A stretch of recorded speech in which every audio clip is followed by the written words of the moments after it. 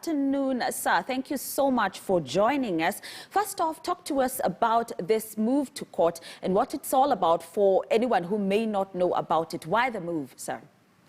Well, the move is based on about 4 principal grounds. The first one is definitely on the Constitution, and it's based on Article 43 of the Constitution, which provides that every Kenyan is entitled to the highest attainable standard of health. And the reason why this is raised is because you have poor and vulnerable people. You have street families who are not able to afford masks. So that is one of the issues that is raised by the petition, that what happens to those who are poor and who are not able to buy masks. For instance, a mask costs between 50 shillings to 150. And that is the amount of money that some families, especially in the informal settlements, that use for their daily provisions. So the government, before penalizing people and criminalizing poverty, must be able also to provide the masks. So that is one of the grounds that is raised.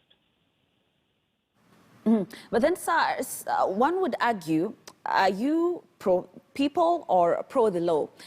Yes, the WHO did say that the masks, are for the sick, the caretakers, and of course the health workers. But the government of Kenya itself has said that everyone should wear a mask. So are you supporting the people in terms of protecting themselves from this disease, or are you for the law? Well, it is the people who made the law. I mean, if you can use the old biblical sayings that is it the law that is made for man, or is it man who's made for the law? And in this case, it is the people who, through their parliament and the constitution, who made the law, and they say that before any law is made, it must pass certain tests. And one of them is that, for instance, for a minister to be able to,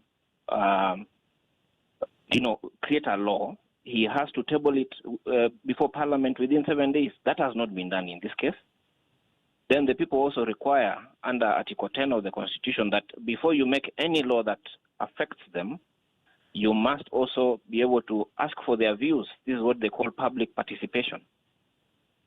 And thirdly, there are obviously other common sense considerations about this law. For instance, when you're told 50% of people are supposed to occupy, for instance, a family car, what does that mean to a couple? If you have a wife and a husband who sleep in the same bed, and you say they cannot, or a family that interacts on a daily basis, they cannot be in the same car, does it make sense?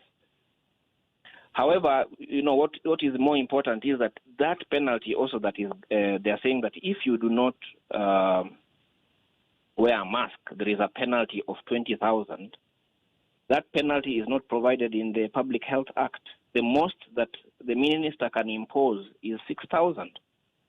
And Linda, honestly, how many Kenyans can afford to pay 20,000 right now as a fine for not wearing a mask? So those are important considerations. We know that COVID is a pandemic and it ought to be addressed.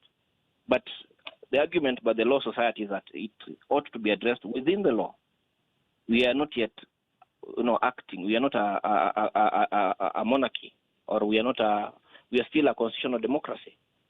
So those are important points that have not been considered by the minister in creating this law that he calls the COVID Public Health Restriction of Movement of Persons rules.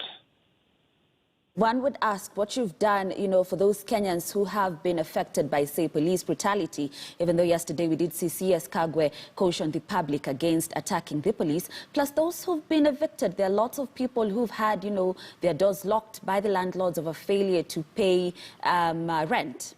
Yes. Well, that is an important point, but I don't think that it can be addressed through a public declaration.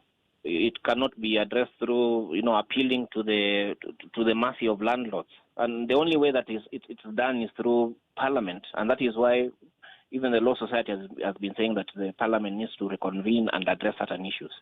If you look at what other jurisdictions have done, for instance, in France, Italy, and others, is that they've gone to Parliament and through their national parliaments, even in America, and provided for money through the national kitty to give people provision to be able to afford to pay rent and also take care of themselves. Because honestly speaking, 80 or 90% of the people are not working. And yet those landlords also are expect to, an income. Probably some of them, that is their only source of income in terms of provision for their day-to-day living.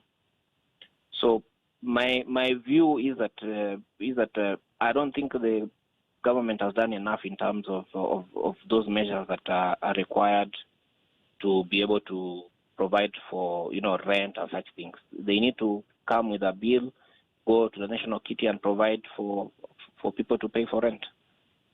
Or alternatively. Allow me to cut it short in under a minute, please. Now, talk to us back to the petition. What's the way forward? Because I understand there's a mention on the 23rd of April, if I'm not wrong. No. The petition is coming up for mention tomorrow. Okay.